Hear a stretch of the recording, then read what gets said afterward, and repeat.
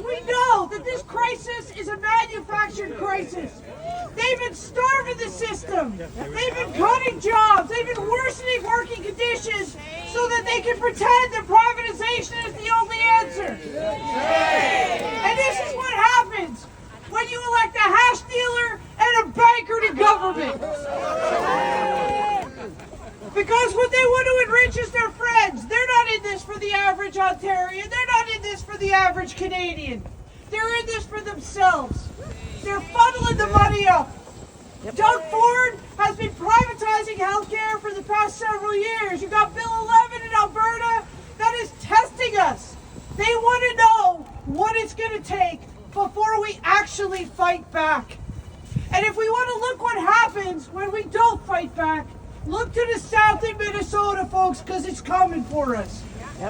I come from the United States. I know what it looks like to have a life in which you're indebted to your health care bills. We must prevent this at all costs. We must be willing to stand up.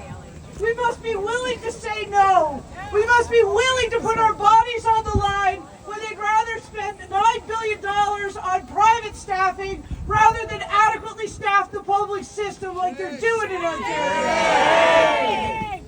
We must know that this is the fight of our lives. And lobbying is one thing. Talking to politicians is one thing. But we have to take this fight back into every community that we live in. We have to make sure that our friends, our neighbors, our families understand that if we don't stand up for health care, then we are doomed, frankly. We need to make sure that this conversation is on everyone's lips.